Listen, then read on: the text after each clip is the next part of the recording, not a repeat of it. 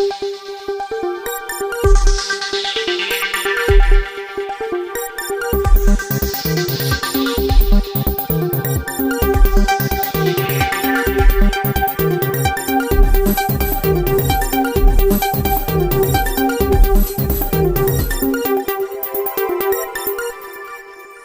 నియోజకవర్గ ప్రజలకు నమస్కారం.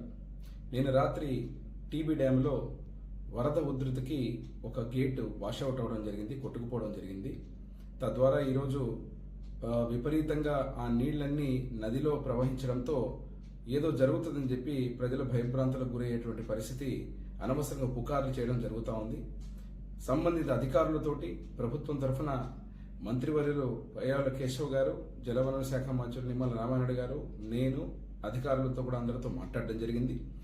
వెంటనే ఆ యొక్క గేటు రీస్టోరేషన్ కార్యక్రమాన్ని కూడా రాత్రి డిజైన్ కూడా చేసి నిపుణులు పిలిపించి అతి త్వరలో అంటే 3 నుంచి 4 రోజుల లోపల రీస్టోరేషన్ చేయడం జరుగుతుందని చెప్పడం జరిగింది. ఇప్పటికీ దాదాపు 89 నుంచి 90 వేల క్యూసెక్స్ డిశ్చార్జ్ రావడం జరుగుతోంది. 15 రోజుల కిందటే 1.6 లక్షల క్యూసెక్స్ డ్యామ్ నుంచి విడుదల చేయడం జరిగింది. అప్పుడే ఎటువంటి ప్రమాదం కానీ ఎటువంటి ఇబ్బంది కానీ కలగలేదు. కావున ఎవరు కూడా ఈ పుకార్లను నమ్మొద్దండి. 2 లక్షల పైచిలకు క్యూసెక్స్లు వచ్చినా కూడా ఎటువంటి నష్టం జరగదు.